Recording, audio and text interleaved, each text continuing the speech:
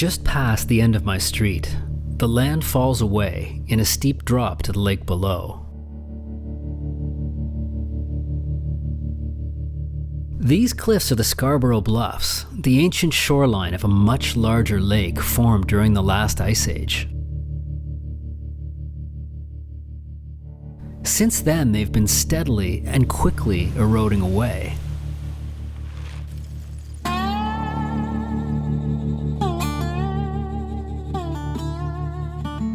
The currents carry the deposits west where they form the Toronto Islands.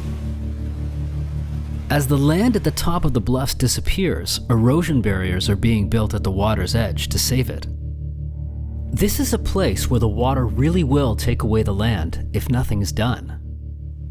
In fact, the water here at the west end of the lake has been gradually rising, about 30 centimeters in the last 100 years. That is because the land at the eastern end is also rising, slowly rebounding from the weight of ice which receded thousands of years ago. In Canada, the country with the most fresh water in the world, it's never really seemed like a threat. But around the planet, sea level has been rising steadily for more than 100 years, and the rate is increasing.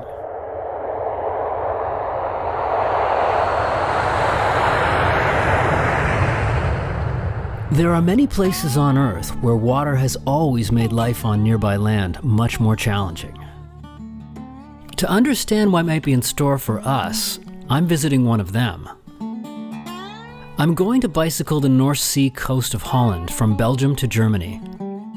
I want to see how water shaped this part of the world and how it is still changing it today.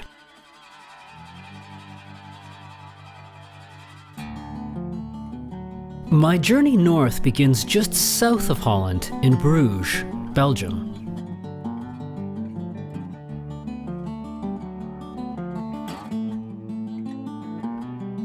Bruges is a perfectly preserved medieval town. At one point in its history, this town was the commercial center of the modern world. It was perhaps the most important city. Many of us never even heard of it. And it isn't a stretch to say that a single weather event changed the course of history in Bruges. Now, everything changed here in 1134 when a massive storm tore through.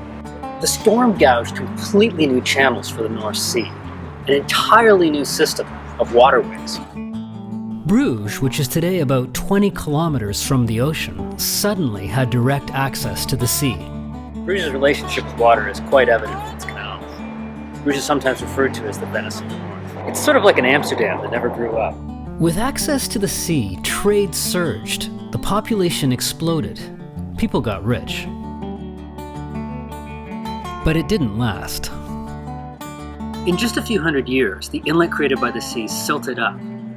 Bruges tried hard to deal with it. As the deep water retreated, Bruges relied on a succession of ever more distant outlying towns as ports. First Dama, then Sluis, until finally the new sea arm known as the Sven virtually disappeared. The nearby Belgian seaport of Antwerp soon surpassed Bruges in importance, taking its place in the Hanseatic League. The fate of Bruges was sealed.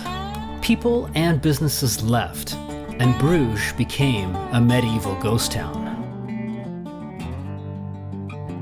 Of course, that wasn't the end of the story. As a place frozen in time, the romantic and tragic desolation of Bruges eventually captured the attention of authors and artists.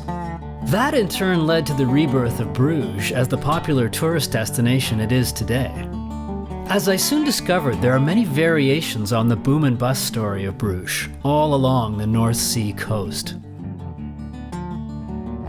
At the edge of the old city centre, a quiet canal connects Bruges to my next stop, the Dutch border town of Sluis. The Dames of Vaart, or Dama Canal, is also known as the Napoleon Canal after the guy who ordered its construction. This canal only exists because Napoleon was looking for a way to move troops around without interference from the British Navy.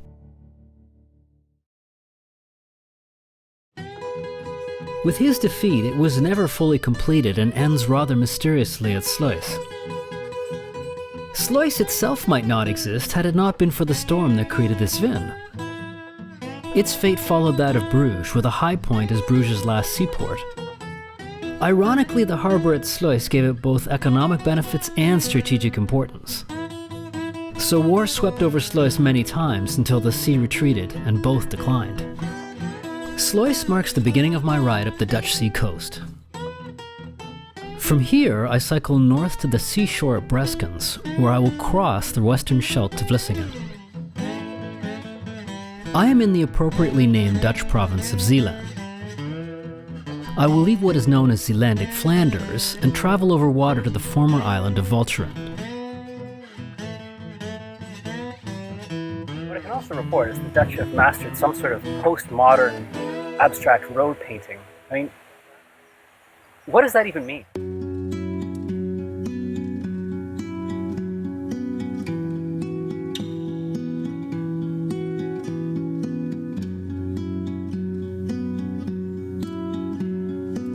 It's worth saying something about the wind coming off the water here. On the south shore of the western Scheldt, it is apparently strong enough to glide on without jumping off a cliff. At least, the locals seem to think so, though I didn't actually see it for myself. Riding at the water's edge, one soon begins to notice the difference between sea level and the land nearby. The western Scheldt is surrounded by both natural dunes and man-made dikes which provide protection from floods. For as long as people have been here, they have faced this danger. The story of this win is just one of many similar tales here.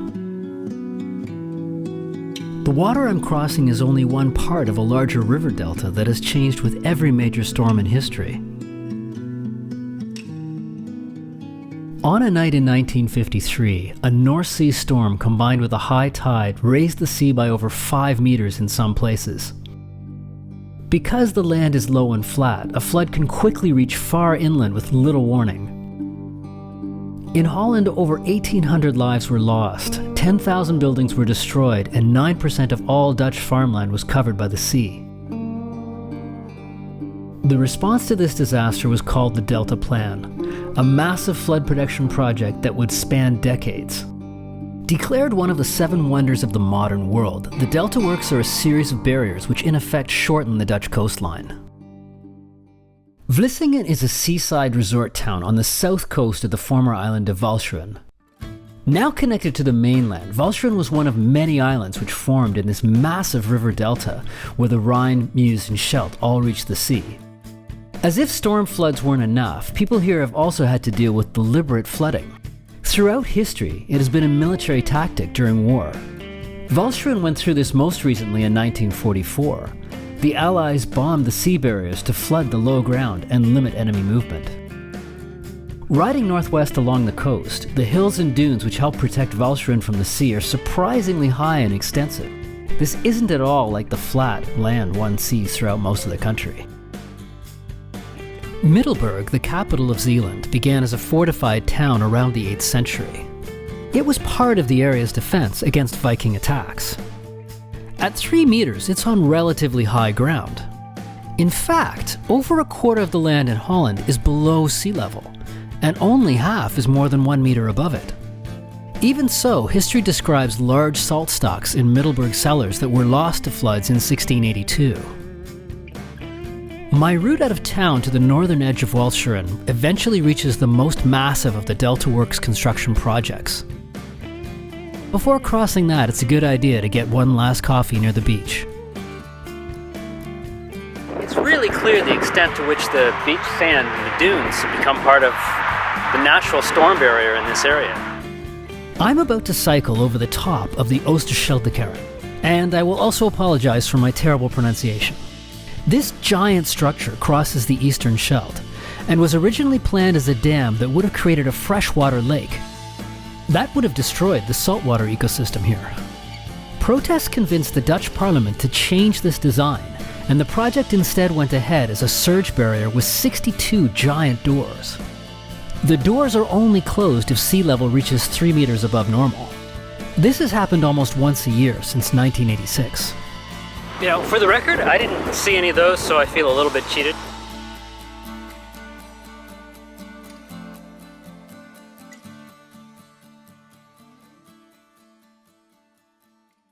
Welcome to Koudekerk, population 0.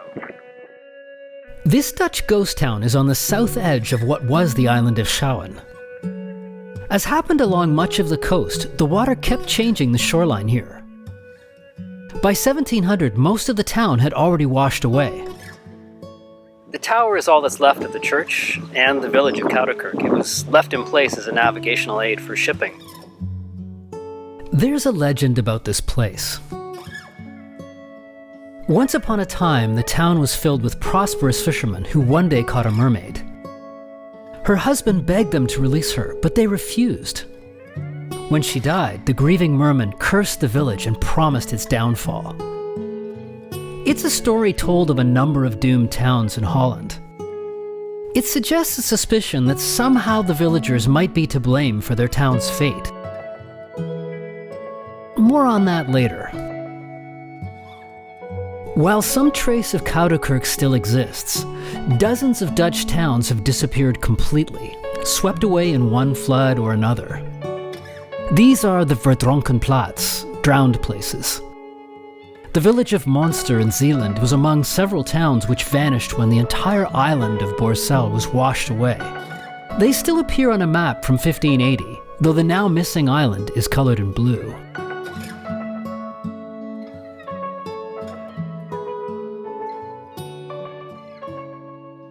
So I don't know what I thought was meant by the word dunes, but dunes are hills. They're hills. The next of the delta works is the Brouwersdam. Unlike the surge barriers in the south and north, this dam completely sealed off the former saltwater estuary, creating a new freshwater lake. The changed landscape has led to completely new activity in the area. The lake is now a popular wind and kitesurfing destination. And since 2006, the dam has been the home of a summer music festival, attracting thousands of visitors. At just a few meters above sea level, the old center of Outdorp provided a safe refuge for many during the 1953 flood. Just northeast is the Haringvliet Dam. This project took the longest to build of all the delta works, 14 years. Water from the Rhine and Maas rivers reached the sea here, so a movable barrier was required. I'm standing on top the next of the giant barriers. This is leading north out of the island of Guri-Overflakkee, which I'm probably pronouncing incorrectly. The Haringvliet itself was created in a storm in 1216, leaving a home for seals, salmon, and sturgeon. The barrier changed the area again. While there are built-in tunnels for fish, the seals have left. Now there's a plan to use the barrier's doors to restore some of the saltwater ecosystem, even though that will recreate tides far inland.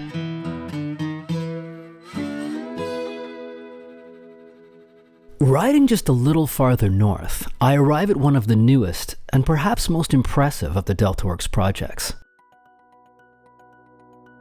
The Maaslandkering is a pair of giant doors which can seal off the Nieuwe Waterweg, a shipping canal which is itself a much older man-made channel. This is one of the largest moving structures on Earth. Each door is almost as long as the Eiffel Tower is tall.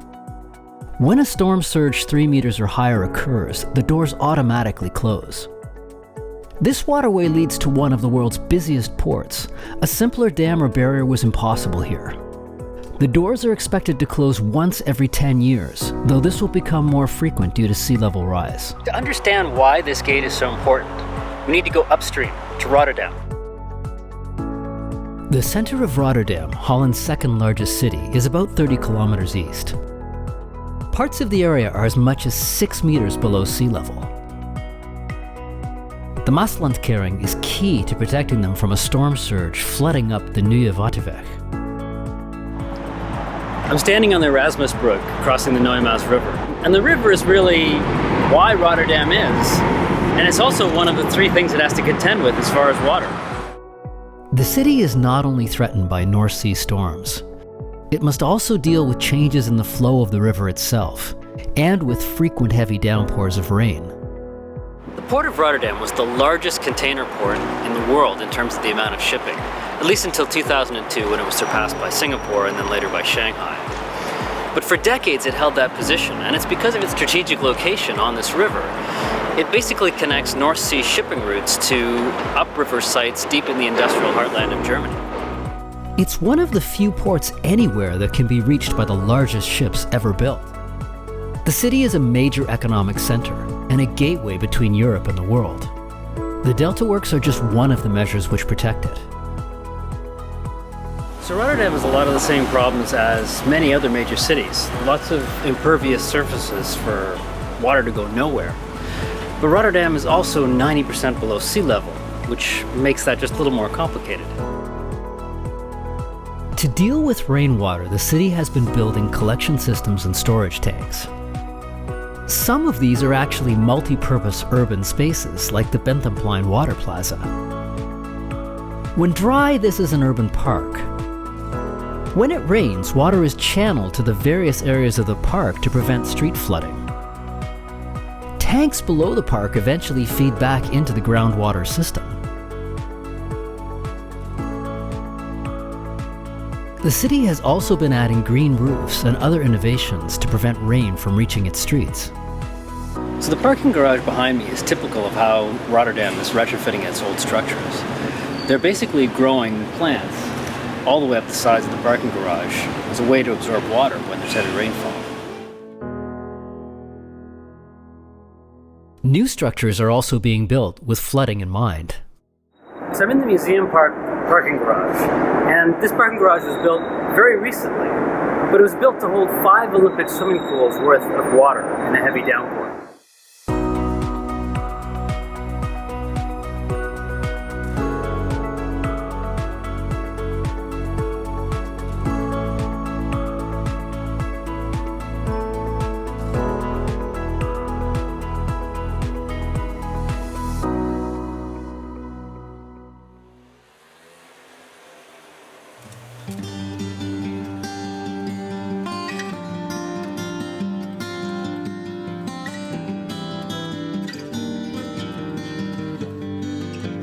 On the Fietspad into Delft, there's a perfect example of what you see all over the place, which is water in a canal, which is at a much higher level than the houses, which are situated right beside it. The old city of Delft is famous for its blue pottery and its painter Jan Vermeer. But it's also home to the oldest technical university in the country. This is also where my grandfather studied many years ago. Today, the school is home to numerous research projects relating to flood risk and hydraulic engineering. The Delta Works are technically complete. However, the country is now actively planning for further sea level rise. Bikes up front, car in the middle. Ship seems to be registered in Antwerp, but it's clearly rooting for Holland. My next stop heading up the coast is The Hague, the political center of Holland. I was really hoping to recreate my first experience eating fresh herring just outside the Binnenhof. That, however, did not go exactly as planned. Okay, so if you're ever trying to eat herring, here's a tip. Keep it really close, because the gulls will get it if you don't. My misfortune did get me 15 minutes of fame on Dutch television news that night. Oh yes, it's delicious. I'm sure he enjoyed it too. It's really good. Lekker. Maybe I should have learned to read the Dutch warning signs better first.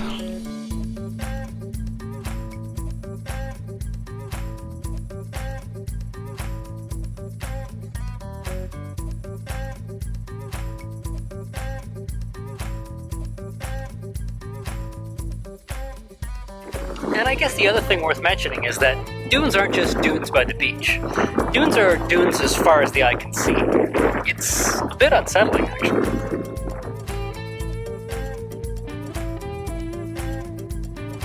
For people that have been constantly inundated by the sea, the Dutch sure love the beach.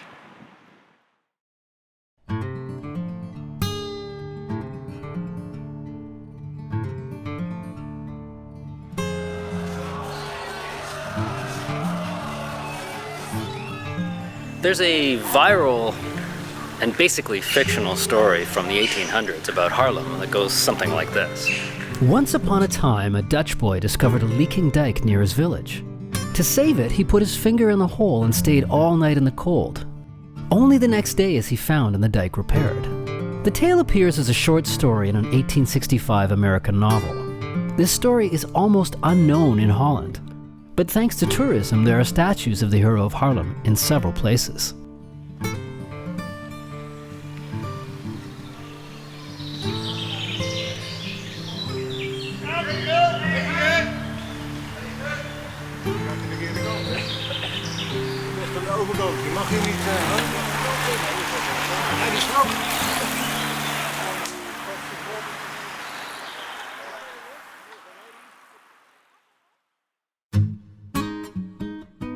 For centuries, the Dutch have created new land, called polders, by building a ring of dikes and pumping the water out.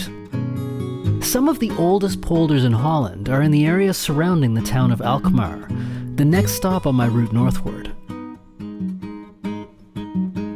Alkmaar began on a sandbank just a little higher than the land around it, making it a natural refuge during floods.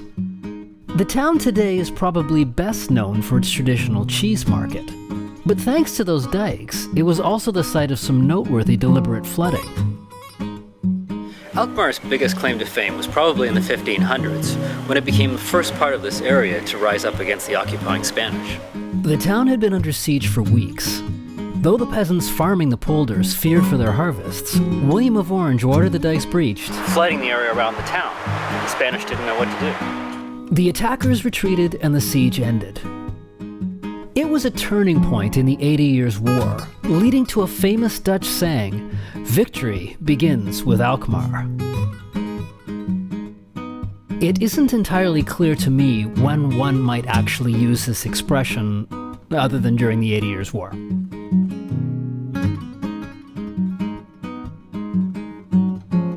I've arrived at Enkhuizen, on the edge of the largest lake in Western Europe, the IJsselmeer.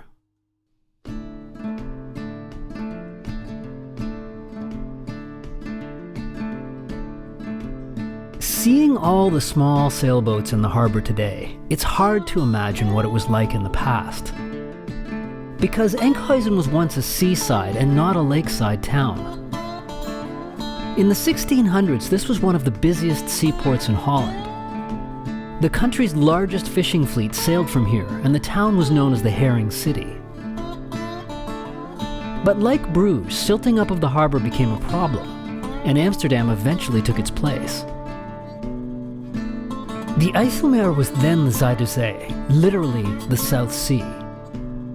Open to the North Sea, storms there could turn the Zuiderzee into a churning cauldron, often flooding the towns on its shores. Such storms had direct impact here.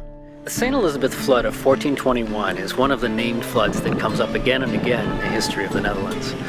The church behind me was built by the people of Enkhuizen shortly after that flood in the 1400s.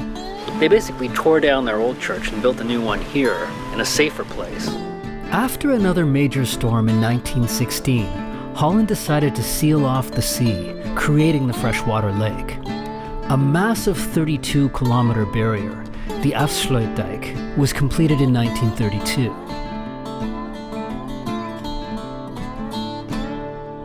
But it was an even earlier flood in 1287 that gave Enkhuizen access to the sea in the first place, by creating the Zuiderzee from the older lake that came before it.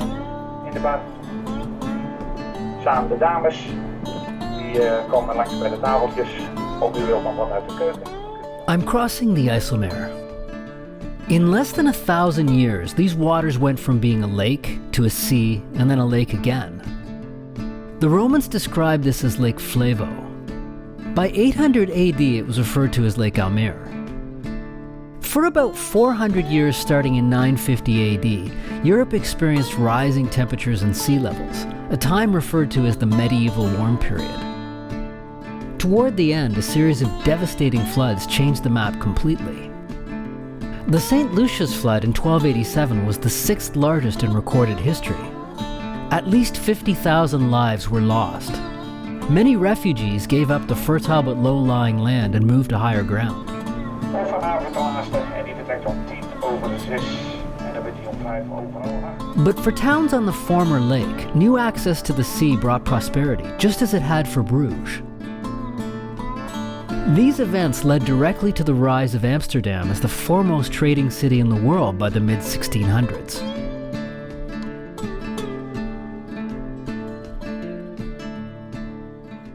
I've arrived in the province of Friesland, riding up the east coast of the IJsselmeer. I'm playing chicken with a sheep.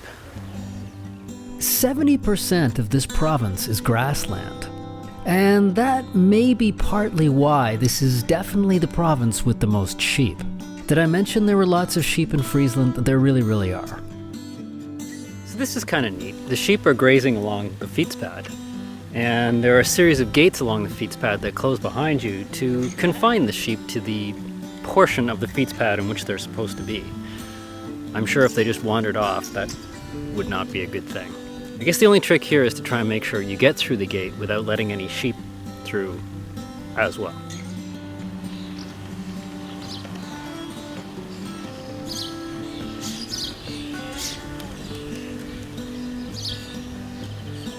So this is quite clever. These are called wild roosters, and they're basically iron metal grates, steel grates, in the pathway that the sheep will not cross.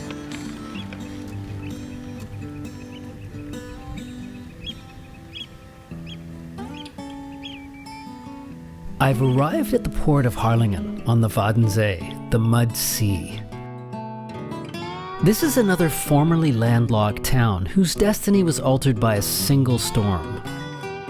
The changes to the coastline caused by the 1287 flood allowed Harlingen to quickly become a major new seaport for Friesland. This is also where the last of the Delta works were officially finished in 2010. The flood barrier here is a clever bit of design that almost hides in plain sight. The retaining wall below me is actually meant to bend and yield when a massive storm surge hits it from the other side. We're basically hundreds of kilometers north of where the Delta plan actually starts, and still flood defenses have to be put in place to protect coastal towns like Harlingen. By the time this last piece of the original plan was complete, it was already clear that more would need to be done.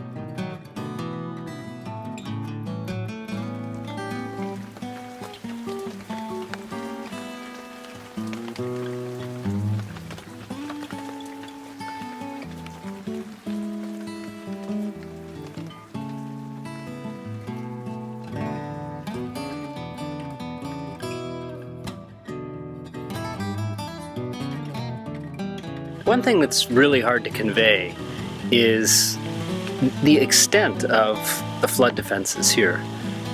The dike beside me goes on literally as far as the eye can see. I'm not sure that video does it justice, but I've been riding beside dikes for days now, and I don't think I ever really appreciated the extent to which they dominate the landscape. Friesland is unique in having its own language, Frisian, which is the first language for over half the people here. The place names are quite different, and the signs are often bilingual. There was always some sort of water barrier where the IJsselmeer is today, and that led to a separate culture from the rest of Holland. So behind me is the Waddenzee, or the Mud Sea, and it's where you really can't tell where the land starts and the sea begins. You can actually walk across the mud at low tide to the islands, which are only just visible in the distance. Because the geography is so low and flat all along the Dutch coast, those tides can play a big part in the destructiveness of storm surges. Many floods here were made worse because they happened to coincide with a high tide. Imagine you're looking down at the North Pole from space. We're not alone out here. The moon's gravity pulls on our oceans, sloshing them and causing the tides. But that isn't the whole story. The sun also pulls on our oceans. The sun is much bigger but much farther away, so it only moves the ocean about half as much as the moon. When the moon and sun line up at a full or new moon, the pull adds up, causing higher tides called spring tides. As the moon orbits the Earth, eventually it pulls at a 90-degree angle to the sun, resulting in the lowest, or neap tides. The 1953 flood, which led to the construction of the Delta Works, happened during a spring tide. This combination overwhelmed existing barriers. But it isn't just distant objects in space that pull on our oceans. About 3,000 kilometers from here is Greenland, which is covered by a massive ice sheet. There is so much ice, in fact, that it actually pulls on the ocean around it, producing a constant local rise in sea level. Should all of Greenland's ice melt completely, sea levels around the world would rise by an average of 7 meters. But once the mass of the ice spreads throughout the oceans, sea levels on the coast of Scotland would actually drop, and the Netherlands would see only a fifth of the rise experienced elsewhere. A similar local pull is exerted by the Antarctic ice sheet, which makes predicting sea level rise a tricky thing.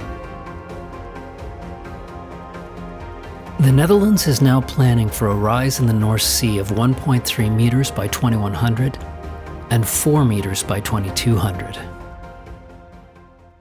Long before the first dikes, there were terps. A terp is an artificial mound, sometimes many meters high, to provide refuge during floods.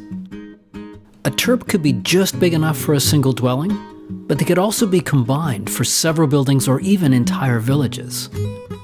Once dikes began to be created around 1200, many terps were pulled down for their fertile soil. The highest surviving terp in the Netherlands is around 9 meters in the Frisian village of Higgebeintem. The village church still stands on top of it. That's all there is. Just a very narrow bit of, well, concrete blocks almost. Many Frisian towns are situated on slightly higher ground. Place names that end in a UM are a good indication that they started out on a terp. The town of Dockum is such a place. The town center is as much as 6 meters higher than the land around it. While a terp could provide refuge, it could not protect the surrounding farmland from the damage caused by saltwater when the ocean flooded it. The same thing can happen if a dike is breached. It took 7 years for Dutch agriculture to recover after the 1953 flood. However, the shift from terps to dikes meant entire areas could be protected, not just a family or a village. This also began a shift toward collective responsibility, which I believe has become deeply rooted in Dutch thinking, and may even hint at how we might respond to existential threats as a species. That's rain over there, and I think that's rain over there as well. But I think the way I'm heading, there's no rain, but it's really a question of whether or not I can outrun the weather. If you lived next to the dike, you were expected to maintain it regardless of cost, even though those farther inland faced the same threat. As a consequence, maintenance was inconsistent, and many floods happened that could have been prevented. It was around this period of dike building in the 1200s that one of the oldest forms of Dutch local government began, the waterboards. Waterboards took responsibility for local water management. They could independently organize, raise taxes, and determine punishments for those who endangered dike safety. Flooding was an ever-present danger, but there was a corresponding fear that one lazy farmer might endanger everyone. Flood control was a collective good. There is a figure of speech from a similar era of water management in England. A tax known by the Scandinavian word scot was imposed on those in lower lying lands to help pay the cost of drainage and flood protection. Those on higher ground were not subject to the tax and therefore were scot-free. I am riding past the Lauwersmeer, another lake created by sealing off an inland sea in 1969. And of course, that sea too was created by a flood in 1280. It was a narrow arm of that sea which allowed the town of Dockum access to the ocean. But Dockum is another town whose fortunes shifted with the changing coastline.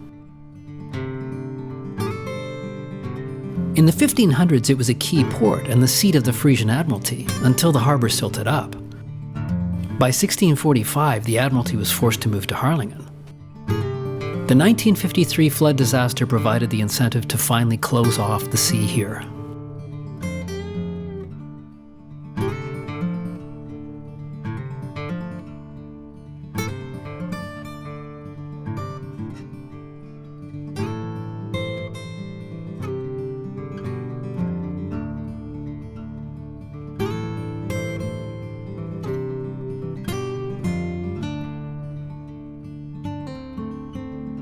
The town of Oudhuizen preserves one of the surviving examples of a 14th century stone house turned castle known as a borg. A borg often began as a thick-walled refuge, but this one was renovated over the centuries into a luxurious home for Dutch nobility. Floods, wars, and neglect have left behind only a few of these today. By now you may be wondering, why do people even live here? If your home or village was swept away, why not find somewhere higher and drier? After all, the entire country is practically a vast floodplain.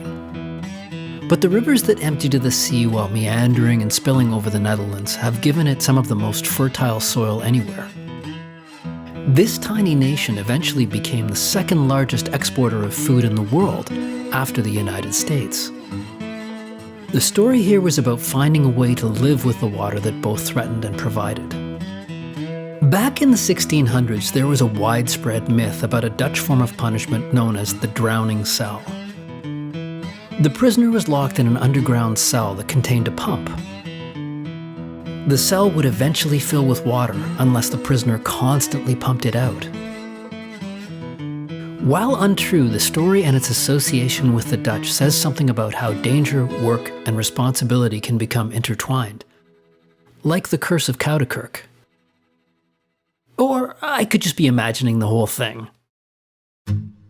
Having reached Germany, my exploration of the North Sea coast is over, and it's time to ride the train back to Amsterdam. I'm crossing Flevoland, which became the youngest province in the Netherlands in 1986. Nearly all of this land was reclaimed from the IJsselmeer during the last major poldering efforts of the 1950s and 60s. And yet almost 500,000 people live here today. It is hard to imagine all of this underwater just a lifetime ago. But everything I've seen here has involved planning decades in advance, based on centuries of experience. And that seems like grounds for optimism. There is change coming that will challenge us. But it is clear that we can plan and engineer solutions on timescales far longer than most governments. If we are pragmatic, think long-term, and plan ahead, then we can meet and overcome those challenges.